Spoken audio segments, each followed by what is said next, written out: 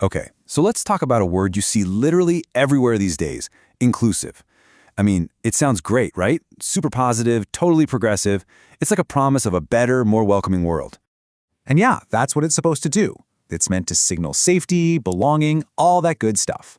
It's pretty much become the gold standard for any modern organization that wants to look like it's doing the right thing. I mean, think about it. You see it in job descriptions, right?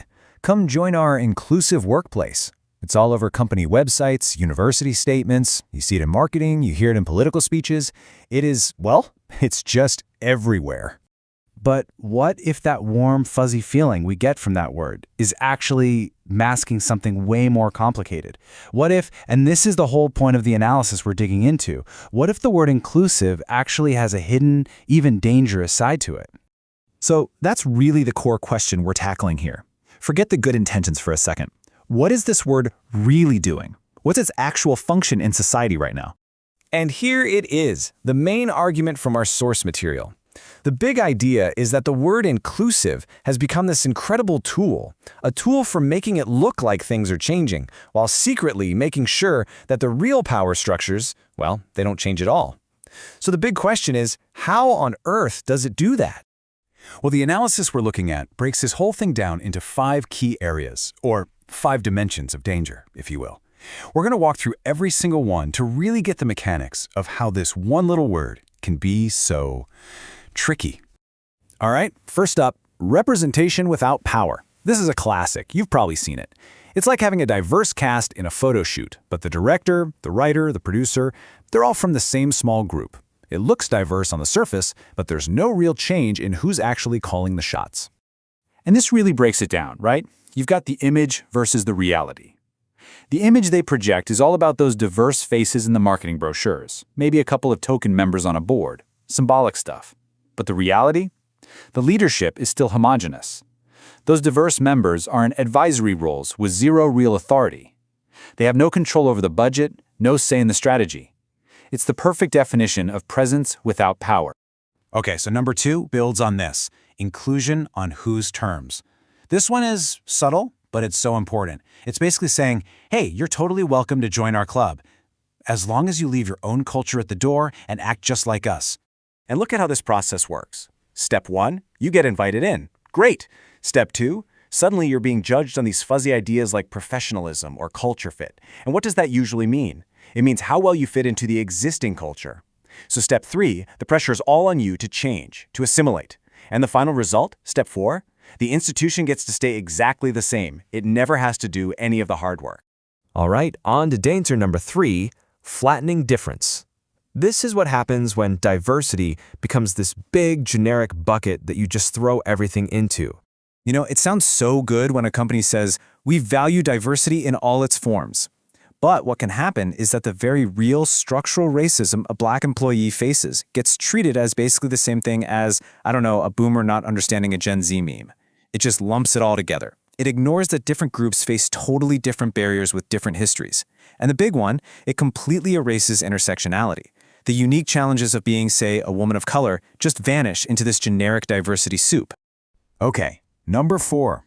This one's a big one, and you'll definitely recognize it. Diversity theater. It's all about the show. And here's the definition from the source. It's basically any performative gesture that looks like progress, but carefully avoids changing anything important, like who has the power, where the money goes, or what the actual rules are. It's a performance for everyone watching. And oh man, we have all seen this. It's the rainbow logos that pop up on June 1st and vanish without a trace on July 1st. Rainbow capitalism, right? It's that one-off, mandatory diversity training that everyone has to sit through, but then nothing changes. It's those beautifully written diversity statements with absolutely zero accountability. It's a show, a distraction from the fact that nothing is actually changing. And that brings us to our 5th and final point, the market logic of inclusion. This is all about the why. Why are we even doing this diversity thing in the first place? And it almost always comes down to the business case for diversity. You've heard this a million times. Diversity is good because it boosts innovation and makes more money. So what's the problem with that? Well, according to this analysis, it makes justice conditional. It's like saying we'll only be fair if it pays. And what happens when it doesn't pay? Or when the economy tightens up? You guessed it, those DEI programs are the very first things to get cut. They become expendable. So, okay, those are the 5 big dangers. But it's kind of crazy, right? How can one single word, inclusive, do all of that heavy lifting? Let's peel back the curtain and see how the word itself actually works. This table is just perfect. It shows the magic trick at the heart of it all. It's called depoliticization. It takes these huge, fiery political questions about justice and power, and it shrinks them down into these tiny, boring, technical problems for managers to solve.